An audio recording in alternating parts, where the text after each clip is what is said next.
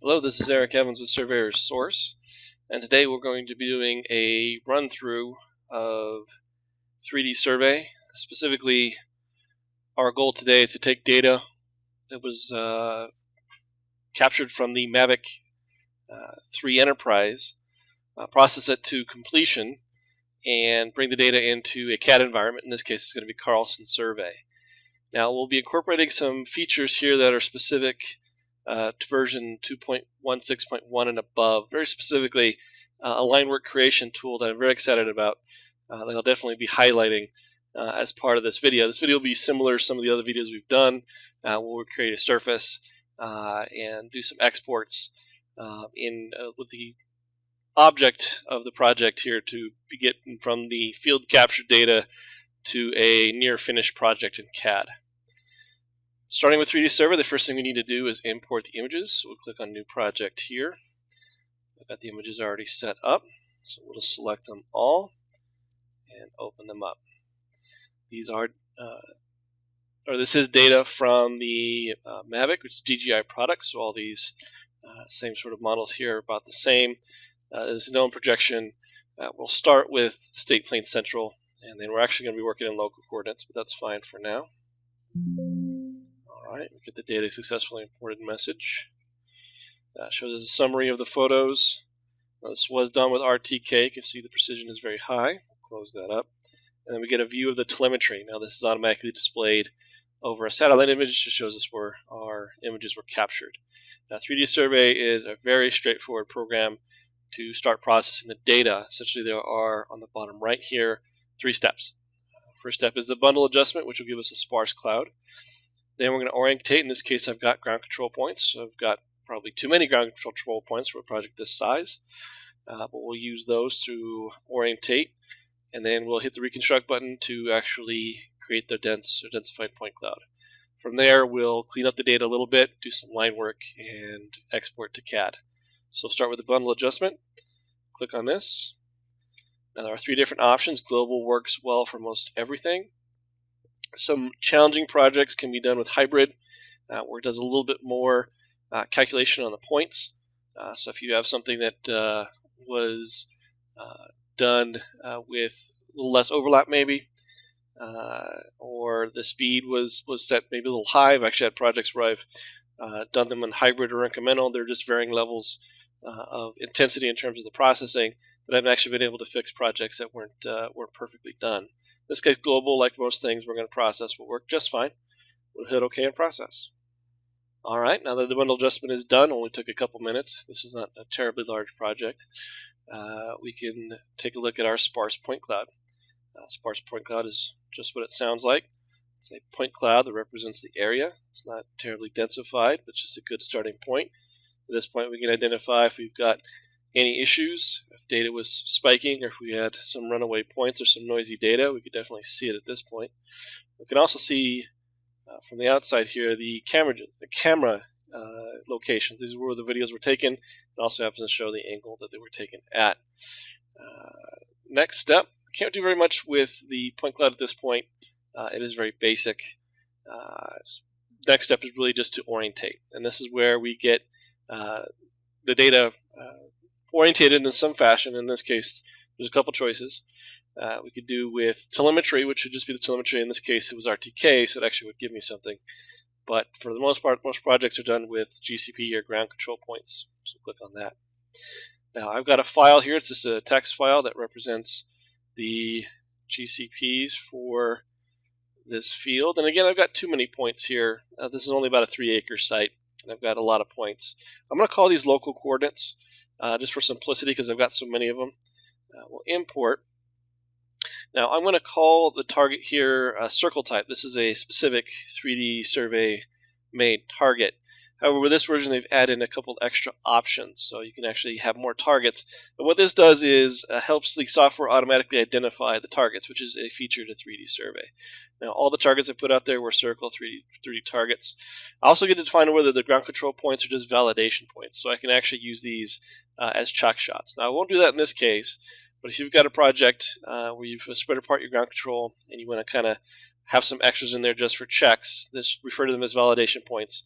And then the software will show you the accuracy relative to those points without including them in the actual calculation. Next, from the bottom right. Now I've got to identify the targets in the photo. Now this is a fairly manual process. I simply right-click on the target, puts a little bubble over that. I'm going to go through and look for these targets, and they're pretty easy to identify. A white base with a black circle. Now all I need to do is to identify 3 of the targets, and the software will generally figure it out from there. Again, if this is a large project, kind of got to pick around a little bit. Get used to your navigation here. Once you realize that it's just following along your flight plan. I know I had one more target here toward the middle. And select it. Now I didn't tell it which GCPs it was. I'm just simply right-clicking, and the software is doing the calculations for me. I could tell it if I knew this was target 3 that was target 3, and then the software would help me identify that.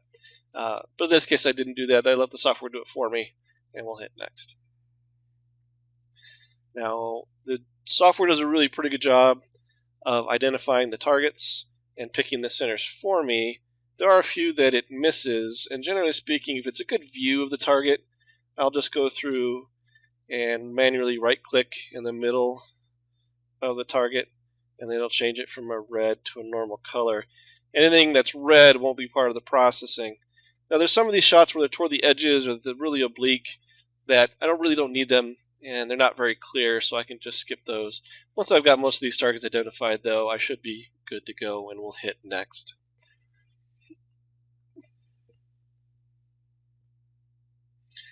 Now this, depending on how many targets you have and how many photos that you're using, will take just a few minutes. Again, I call these local coordinates. This was flown with the Mavic 3 Enterprise with the connected to the SmartNet GPS network. Now it gives me my overview of accuracy here, and all this is definitely within an acceptable range. If I had anything outlying here, I could go back and maybe turn off the target if it was something wrong with it. But I've got definitely plenty of targets for this size project. Everything's checking out in terms of accuracy. We will hit finish. I've gone through these first 2 steps here. The last step is to hit reconstruct, and that's going to densify my point cloud.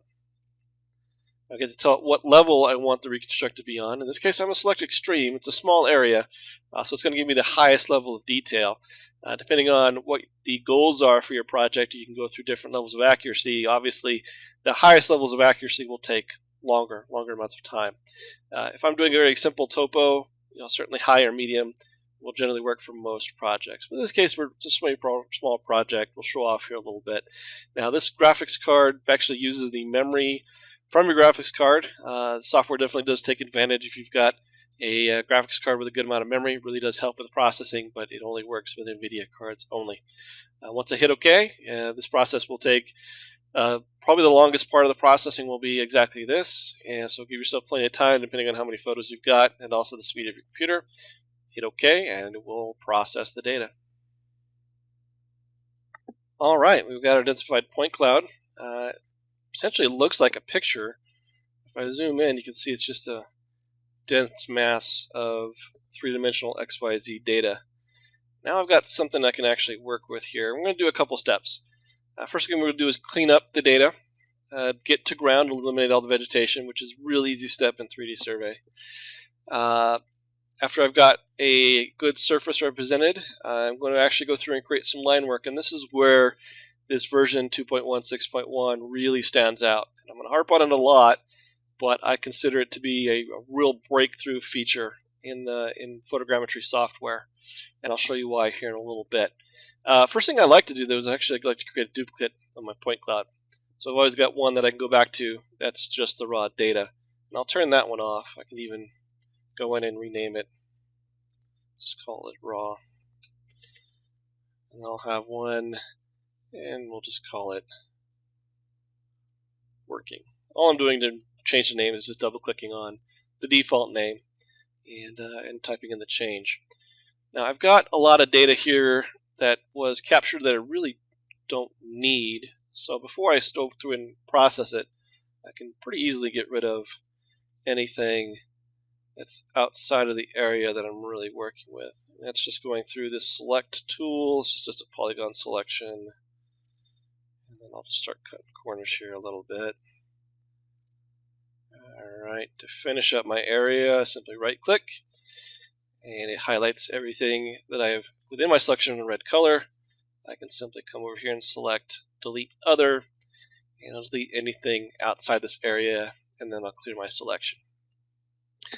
Now, the highlight, or what the software really focuses on in terms of classification, is the ground. Now, there are a couple other ways to classify other things, but for the most part, 3D Survey, and this is, I believe, by design, is designed to focus to get to ground. This is definitely a tool made for surveyors. So I'm going to click on the classification. It's going to bring up another menu.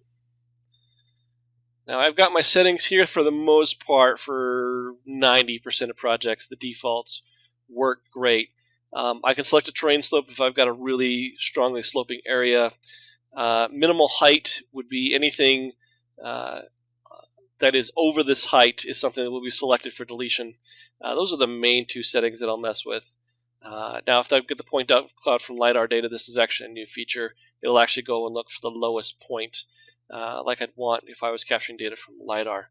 We'll accept these settings as default and click Next.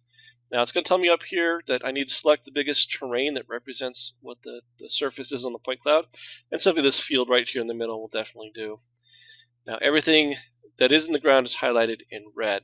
Now, this will become a little clearer. It's not real clear from this display what's going on, but we'll select Next. Now, if I had any other features that were missing, let's say something behind a wall or a fence that didn't get identified as ground, I could select it at this point, but this field is very open, so I'm comfortable with what it's doing here. We'll hit Finish.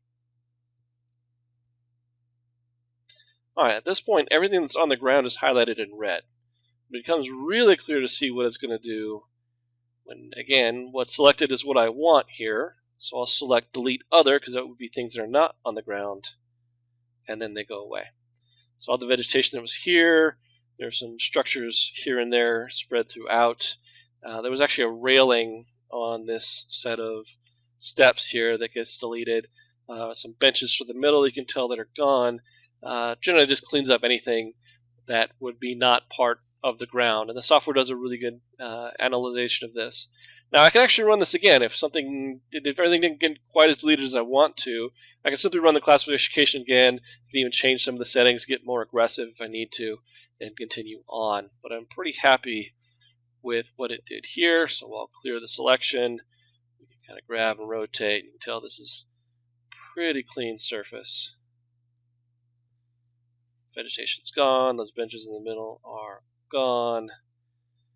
Nothing I'm too worried about here.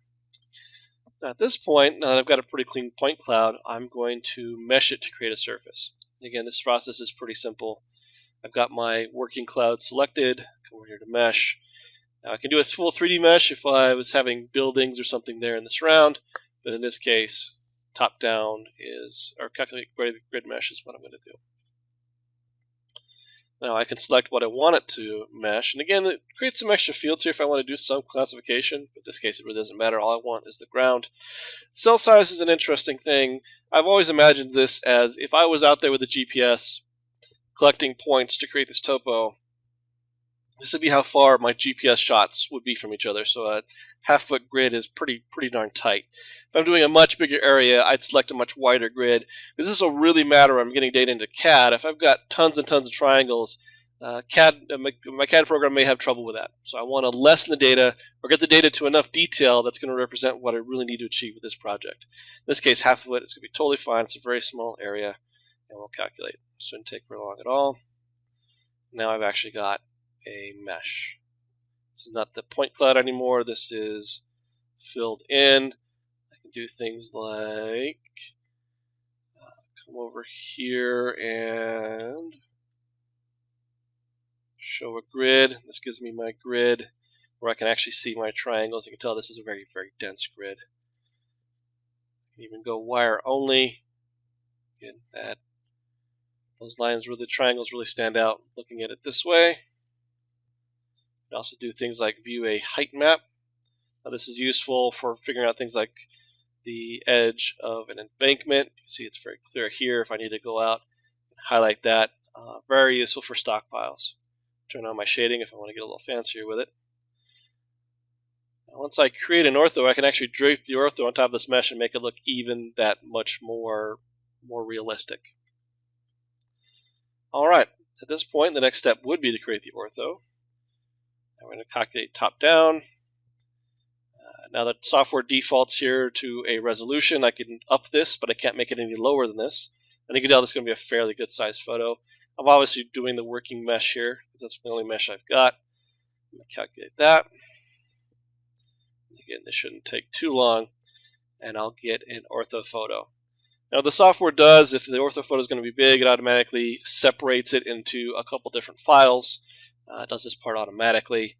Now these are georeferenced, so when I export them, I can get them out as GeoTIFF or JPEG with world file, which is something I'm going to do as far as getting into CAD. I think it's a nice extra step.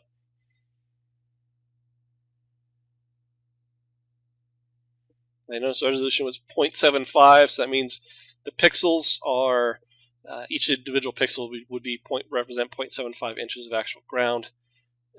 Basically meaning anything bigger than a 3/4 of an inch is actually going to show up on the image. If I start zooming around, you can see the photo's pretty detailed. If I was flying lower, I could have gotten more detail, but definitely for what I'm looking to do, this will be fine.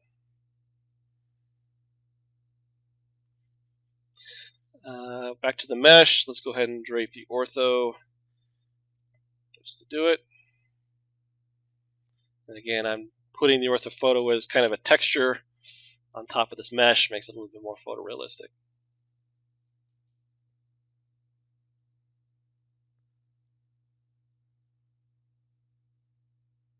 There we go. And that's just the photo draped on the mesh, kind of nice looking. Now on the ortho, I'll show you one extra step here. If I had something here, let's say it was a vehicle or person that I wanted to get rid of, what I could do, and I don't have anybody actually walking out here. Actually, that's where I was flying.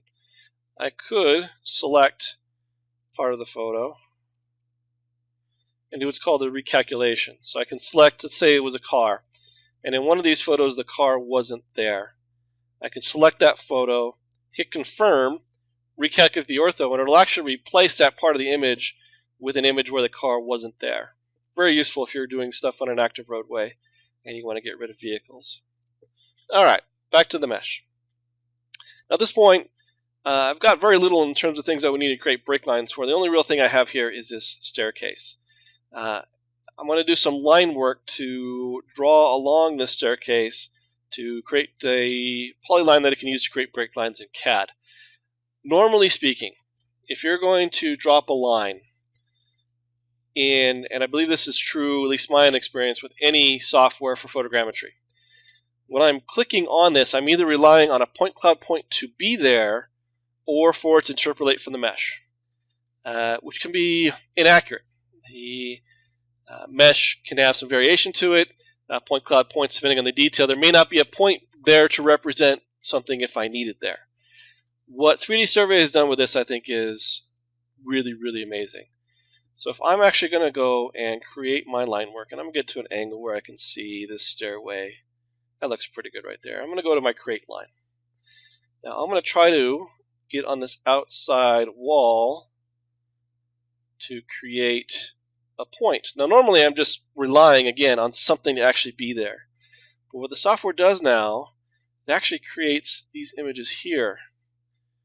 Now what it's doing, and this is what I consider to be the amazing part, is instead of relying on the mesh or a point to be there from the point cloud, it's actually calculating this point from the images all over again.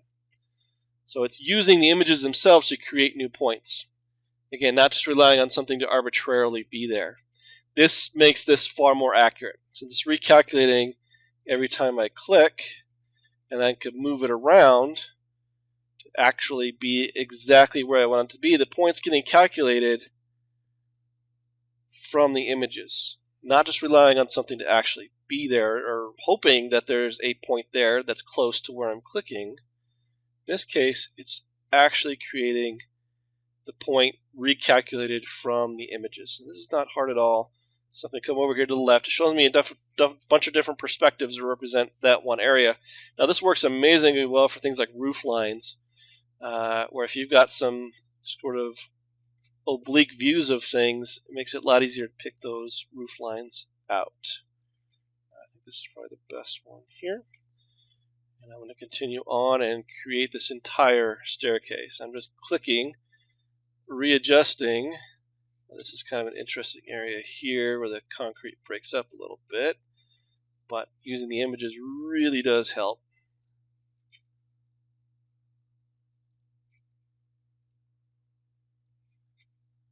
Very quickly go through, move this where I need it to be. Very quickly drawing out this staircase. I'm not being super precise with this, but the software does make it really easy for me to be able to pick out changes in elevation. And you notice it kind of jumps around a little bit because I do have my point snapping on. You can see the difference between where I snap to when I adjust it. I'm going to be far more accurate snapping this way using the images than I would be with any other method. But again, these two become less relevant now that I've got this images feature here on the left. Now, this is very similar to what Leica does with their imaging software, where I'm creating the points from the images, but that's pretty much the amazing part to me, is again, it's recalculating the point from the images and not just relying on something that happened to be there. To kind of illustrate this point a little bit, I'm going to go and take a look at my mesh.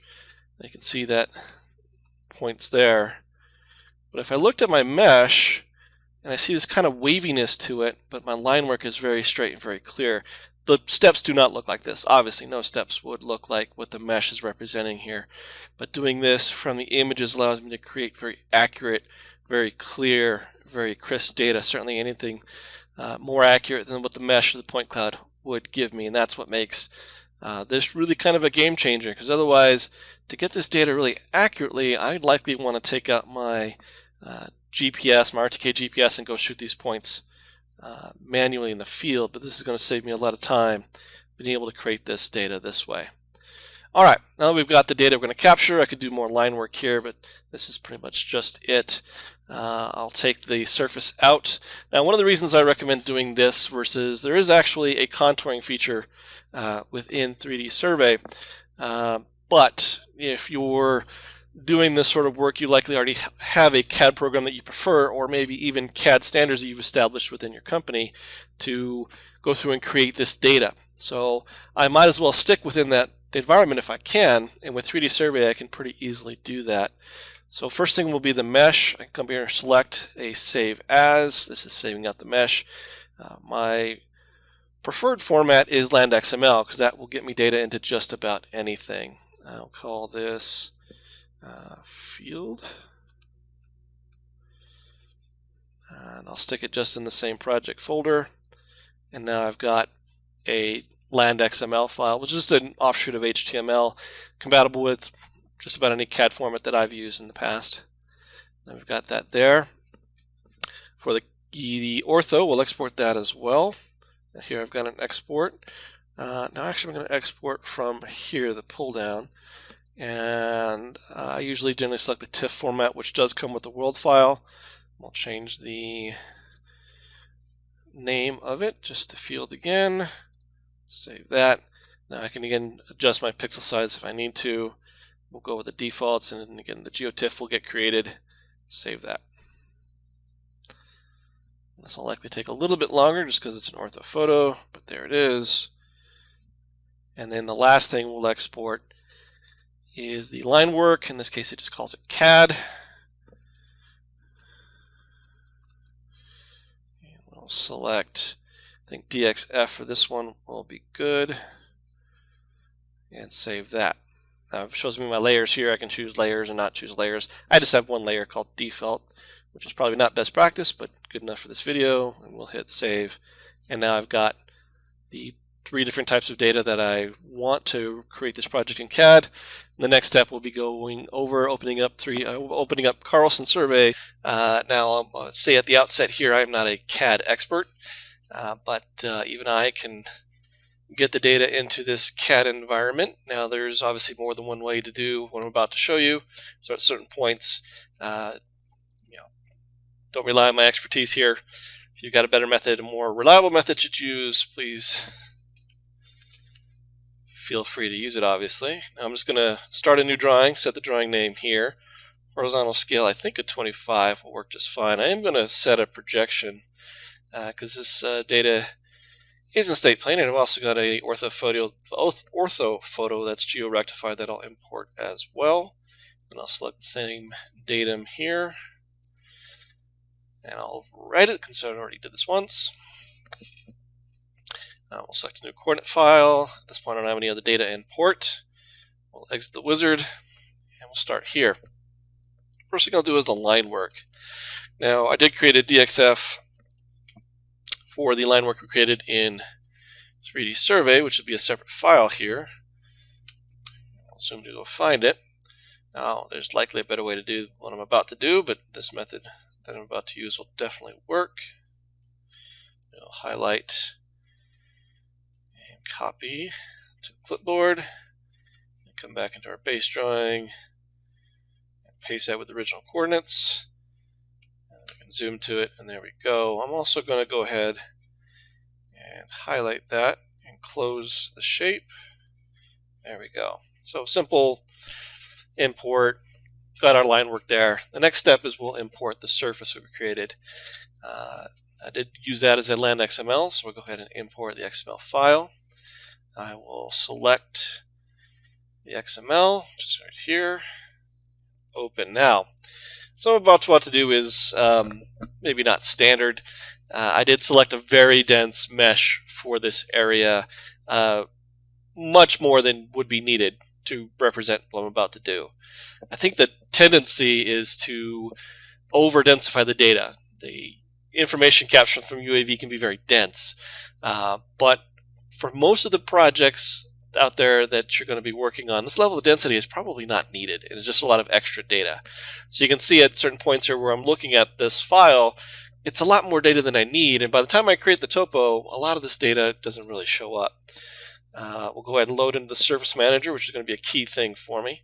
Now, I've created this surface in another program, but the 3D Survey product is not necessarily a finished CAD program. And one of the reasons I like working in this way is, and I'm just replacing the tin file I created once doing this as a walkthrough, is that this is a program that I might normally use for any other survey data that I create, whether I'm going out with a robotic total station or survey grade GPS.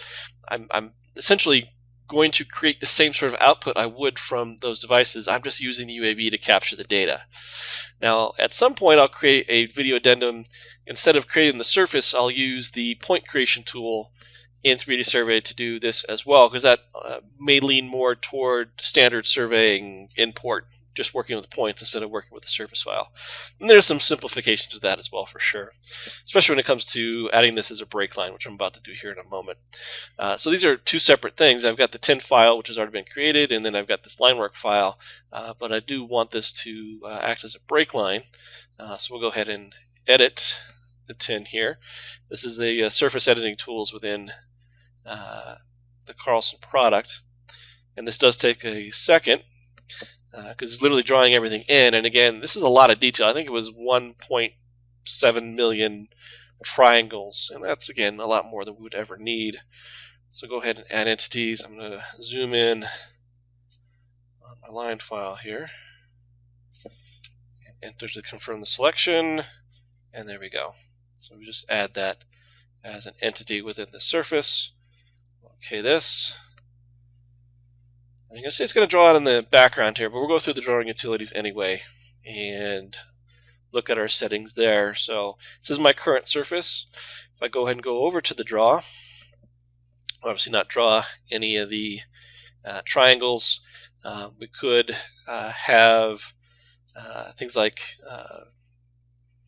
borders and exclusion areas, but we won't set that up in this case. We'll go in contour for interval. Now, this is going to be a 1 foot contour. Obviously, I could select something much more detailed than this given the data that I've got, but certainly a 1 foot contour will represent this area. We'll go ahead and draw index contours at 10 feet. I will label them, and I do like to break the contours at the label. Again, these are tools that I can use to take this data that was collected from UAV, but then just treat it as I would any other data I would create a topo from. We go through and smooth contours. We can adjust these settings in any way we want, but this is again leaning much more toward standard surveying practices, or if you have standard CAD practices that you operate from, this would fit right in line with anything that you are already doing, which is something I very much like. We'll go ahead and OK all that. I'll select done here when we can.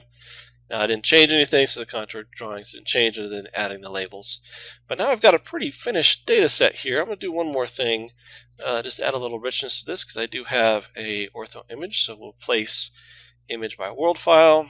We will browse for the TIFF. The world file is in the same folder.